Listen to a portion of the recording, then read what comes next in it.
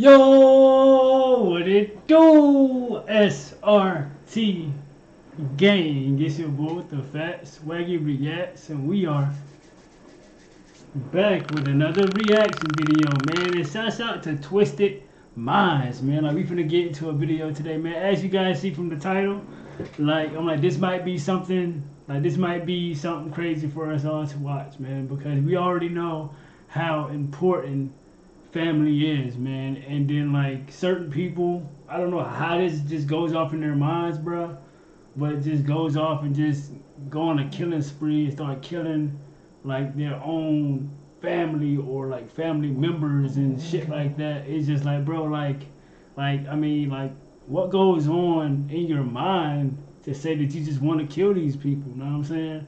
So, like, we finna go ahead and check out like the father who killed his entire family, man. So, like, if you guys like don't like these type of videos, like, let me know down in the comment section, man. But we definitely finna see what this is all about, man. Cause the second I seen this title, I was like, bro, there's no way, bro. But we definitely finna check it out, man. Cause I know there's some crazy people out here in the world. So, I mean, enough of me talking, man. I mean, I'm trying to get the 50K, so I mean, 200 likes would be good. Let's get it, man.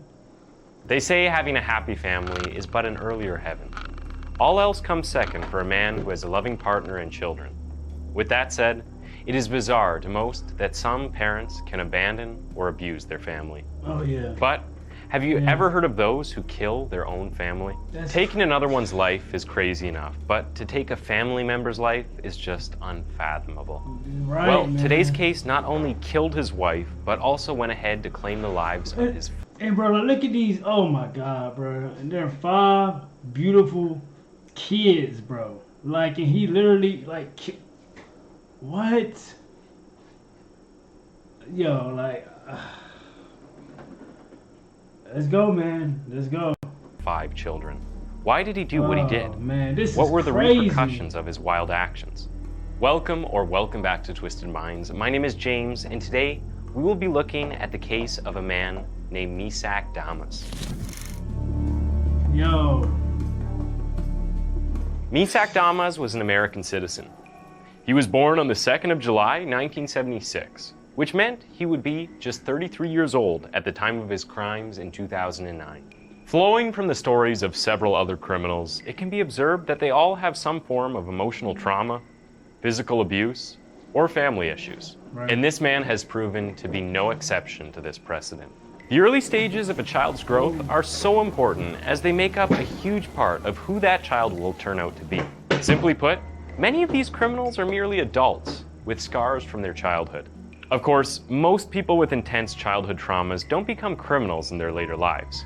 It is simply no excuse, but it must be addressed when discussing how the family man in Mesac Damas suddenly turned into a terrifying killer. Mesac Damas was born in Haiti, where he had a childhood characterized by poverty and violence. To make matters worse, Mesac's parents left him in the care of an extended family member when he was only 10 years old. At the time, they were moving to the United States of America, and for some reason, they could not take their son along with them. However, at the age of 19, Damas left Haiti and relocated to the USA to live out the rest of his life. Shortly after, he took up residence in the US and began working as a chef at a local alehouse. He was said to have described himself as the best of the best. For a time, all seemed to be well. Mesac would go on to marry Jerline du Damas, and with her, have 5 beautiful children, ranging from 11 months old to 9 years old. Damn, to 11 months old until 9 years old. Just look at these kids, man. Beautiful kids, bro. Have 5 beautiful children. Beautiful kids. Ranging from 11 months old to 9 years old. And the fact that, like, bro, like your own children, bro. Like, what? Like, this is gonna be crazy, man. 2 days before the murders, his wife had brought up the topic of divorcing him. He said that he had responded by threatening to kill her. The following day, after the discussion of divorce, Damas stalked her to ensure that she went to work. After Jerline caught wind of this, the pair had a heated argument, that moved Damas closer to what would become a very tragic case of familicide. Ironically, the husband and like I know a lot of couples like go through this right here with the whole like married couples. You get what I'm saying, with the divorcing, and I'm guessing the stalker type boyfriend or the stalker like girlfriend, like it goes both ways. But it's just like, bro, like to the point that you just want to go and just say F it and just literally kill like the person that you're marrying, bro. It's crazy to me, bro. I mean, it's just like what literally snaps in your mind and say, look, it's either me or I'm killing everyone in this family. Like, that is crazy to me. Like, you. Let's continue. It would become a very tragic case of familicide. Ironically, the husband and wife reportedly attended anger management classes together on that day, which was the 16th of September 2009. The next day, Damas checked in for work for only 2 hours, during and after which he complained that he wasn't feeling well, and he eventually asked for permission to leave. In a later statement, Damas revealed that his supposed illness on that day was a result of him becoming increasingly disturbed and frightened that his wife would eventually leave him. Upon his departure from his place of work, Damas went to a supermarket and bought a $5 fillet knife and a roll of duct tape, which he would later use to perpetuate his evil, in his own words, act. Footage from the Walmart security cameras shows Damas purchasing his murder weapon of choice. Damas stated that he was hesitant about the idea in his mind, but went home nonetheless. According to him, when he got home, his wife refused to speak to him and only did so when she asked him to sign some immigration papers, informing him that she still intended to leave him. It was at this point that he tied her up, taped her mouth, and murdered her in cold blood. Her autopsy revealed blunt force injuries to her right elbow and right eye, and deep, extensive, sharp force injuries to her left shoulder and neck. Instead of simply owning, like that's oh man, like he literally like was pretty much beating her to death, like he beat her to death, like all those bruises and shit all over her body is just from him constantly, like, you know, just. Oh man, this is crazy, man. Extensive, sharp force injuries to her left shoulder and neck. Instead of simply owning up to his crime, Damas opted to provide a somewhat laughable explanation for his actions. The then 33-year-old said that his actions were a result of a spell that was placed on him by his mother-in-law or a coworker. Man, if you don't get that bullshit, you know what? Damas decided to take things even further. He proceeded to drag his children to a bedroom upstairs, where he slit their throats, one after the other. Oh my God, bro. He's like, these are, bro. Like like from 11 months old to 9 years. Like, what goes through your mind to say that you just wanna, the children had. To a bedroom upstairs, where he slit their throats, one after the other. After committing these heinous crimes, Mesac did not hit the road like a typical criminal would do. Instead, he remained in the house till the following day. Whether he was haunted by what he had done and was too scared to run, or if he stayed to savor the works of his hands, no one knows till this day. Still speaking with police, Damas claims that he contemplated suicide. However, he changed his mind and did the next best thing. He packed up and drove to the Miami International Airport, where he took a flight back to Haiti because where better to seek refuge than his own home. A few days after the incident, Jerline's family and coworkers became worried as they hadn't heard from her. In addition to that, she had not reported to work, so they filed a missing persons report. After the report was filed, the police swung into action immediately. They proceeded to the Damas family's residence, where they discovered Jerline's body in a bathroom in the house. The body of one of the children, Mesac, who was only 9 years old at the time, was afterwards discovered in a bedroom on the second floor. His autopsy revealed sharp force injuries to the palm of his right hand, as well as extensive sharp force injuries encircling almost the entirety of his neck. In another bedroom on the second floor, the deputies found the bodies of the other 4 children. Marvin, who was only 6 years old, Maven, who was 5 at the time, Megan, who was 3, and Morgan, who was sadly only 11 months old. 11 months. Oh my God, bro. Oh my God, bro. What? Like what? Like that's just terrible, bro. Like what? And then stayed in the house after. One of the many things that sparked outrage in the hearts of all who heard this twisted tale was the fact that these children never got to grow up, make decisions, and create pathways for themselves, all because they were unlucky enough to have such a sick and selfish father. All 4 children reportedly sustained sharp force injuries to their neck. The Collier sheriff at the time, Kevin Rambosk, called the killings the most horrific and violent event in county history. Like, bro, like, on the I'm literally speechless right now, bro. Like, I'm literally, like, we're only halfway through, bro. Like, what? 3rd of September 2009, Damas was found hiding near a hotel in the capital city of Port-au-Prince. The Haitian National Police captured him based on a request from the FBI's legal attaché in the Dominican Republic. Afterwards, he was extradited to the USA. Upon apprehension, Damas was reported to have said, "I know what I did was wrong. Bad spirits made me do it. You think I want to live after what I did?" In a statement to the Naples Daily News, Damas confessed to murdering his wife and 5 children and stated that he wished to receive the death penalty for his crimes. Following his arrest, Damas was transported back to Collier County by the United States Marshal Service, and there he was incarcerated. Despite his initial confession that he killed his wife and children, Damas later claimed that he did not stab his wife and children. Instead, he maintained the claim that the killings were an out-of-body experience. He said, "They were not my family. I did not see any of their faces. People out here don't understand what it is like to be possessed by demons." Yo, listen. I'm not even gonna lie to you, bro. Like, cut that bullshit out, bro. Talking about some demons, this, that, and the third, bro. You knew you're a fully grown man. You fully capable and know what the hell you are doing, bro. Like, what are you talking about? What? Like, you didn't see their face. Like, what are you talking about, bro? Like, this nigga's, bro, like. In my mind, there is no case against me.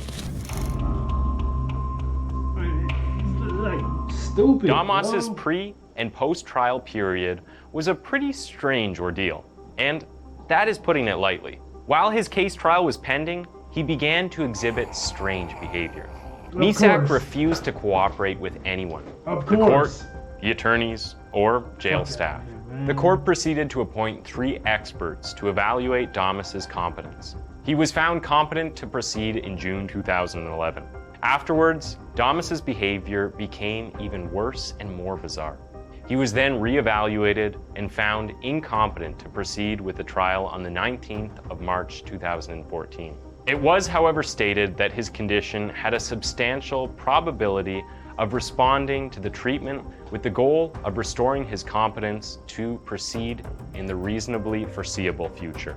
He was therefore committed to the custody of the Department of Children and Families and admitted into a mental health treatment facility in April 2014. Like this mental health treatment, this, that, and the third, man. Fuck up, man. Look, yo, stop buying into this dude. Just trying to act like he's crazy. Like, bro, like, stop. Like. And families and admitted into a mental health treatment facility in April 2014. In October 2014, roughly 5 years after the tragic event, Damas's competence was found to have been restored by a court order stating that facility records note Damas was aggressive, manipulative, and deceitful, and would engage in cooperative behavior when necessary to get something he wanted. While in custody, Damas took on a moniker of his own making, COG, which is an acronym for Child of God. He also refused to eat and shower for extended periods of time. He was once reported to have gone 30 days without taking a shower. Apparently, the smell from his cell was so bad that sometimes it made his other inmates physically ill. Damas's behavior in the courtroom also attracted much media attention. In August 2010, Damas was reported to have started singing out of nowhere, and he only stopped singing after his lawyer and the presiding judge asked him to relax. He, however, continued singing when the hearing was almost over. On a certain day in June 2017, Damas suddenly rose to his feet and stated that he wanted to represent himself and discharge his attorneys so that he could plead guilty to the charges against him. When his ability to represent himself was checked, he was found incapable because he suddenly began to ramble and speak incoherently and disjointed. In October 2017, during a hearing, Damas was reported to have written a note to the presiding judge with the words, "Go ahead, continue your work. May my blood be upon your shoulders." He also reportedly signed this note, COG. To prove how crazy and dangerous Damas was, sometimes he secured a safety restraint chair for the safety of staff whenever he was being transported to and from his court appearances. In line with his sick plan, Damas's erratic behavior caused the case to drag on for longer than it ordinarily should have, crazy, regardless that it was coming to him in the end. After all, the crimes were committed in 2009, and all these acts dragged the case all the way through 2000. Bro, so you mean to tell me this man was able to just try to, like, fucking drag this case on for that long, bro? For damn near 10 years, bro? For real?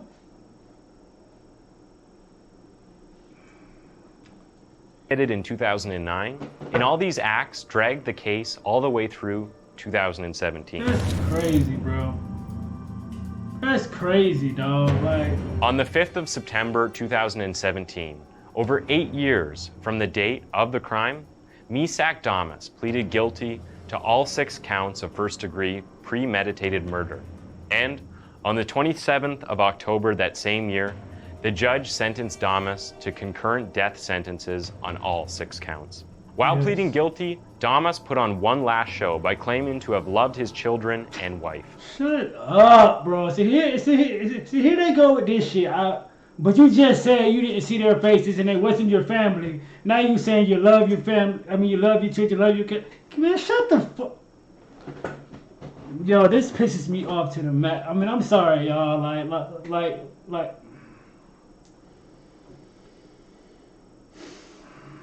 Then these dudes try to plead insanity and I'm crazy, demons. Man, fuck, man, y'all, man, you, man, bro, boy. Guilty, Damas put on one last show by claiming to have loved his children and wife. He said, "I just want to say I'm truly sorry, especially to the family of my wife. I don't see them here today, but I just want to make sure for the record they know that. I know how much they love their sister, their daughter, their grandchildren. And then I want to make sure that everyone knows that I love them the most. I love my people, my wife, and children," he continued. "But this thing happened. I don't have an answer for it. I wish I had an answer for it, but I don't. When I stand before great God, I will ask him a lot of questions. From now on, I'm just going to put my trust in him and say sorry to the whole world." Although Damas made these statements, and then there's these weirdos like this to think they're going to heaven at the night. No, you're not, bro. Like, what? Like, what is going through your mind, bro? Like, what is wrong with you, bro? Like, what you talking about? and pled guilty, he still appealed the decision to the Supreme Court on the grounds that the court erred in declining his request for self-representation. He also alleged that the court improperly weighed factors that he considered repetitive, such as his child's age and his parental relationship with the young children. To drive home his point, Damas questioned the death penalty's constitutionality. He claimed that it violates the 8th Amendment to the United States Constitution because it is inherently cruel and unusual. The Supreme Court, however, held that his grounds for appeal were without merit and reaffirmed the decision of the lower court in January 2019, once again condemning Damas to face the death sentence. Sincerely, for a guy who confessed to his crimes immediately and was caught and pleaded to be given the death penalty, Damas sure doesn't seem eager to die. He had the opportunity to kill himself after killing his family, but instead, he fled the country. And when his death wish was granted, he frantically appealed to have it mitigated. It is easy to see why many members of the public began to speculate that Damas believed that his punishment would be mitigated if he seemed crazy and pleaded for the worst possible punishment. And with that, we have come to the end of the Mesac Damas case. What do you guys think about this case? Do you have any pity for Damas, who claims that— Fuck no, I got no pity for this clown, bro. Like, what are y'all talking about, bro? Pity?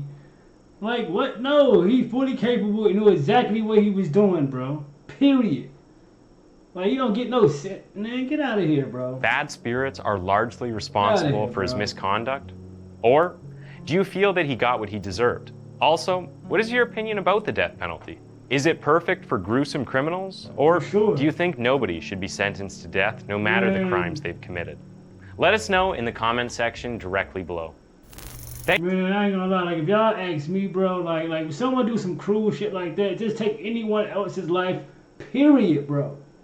You know what I'm saying? Like it's over for you, bro, because you knew what you was doing, like the second that you were doing the crime, and you knew what the consequences on that was gonna be anyway, bro. So I mean, miss me with all that crap, bro. Like, he got exactly what he deserved. I don't know exactly when exactly the death penalty.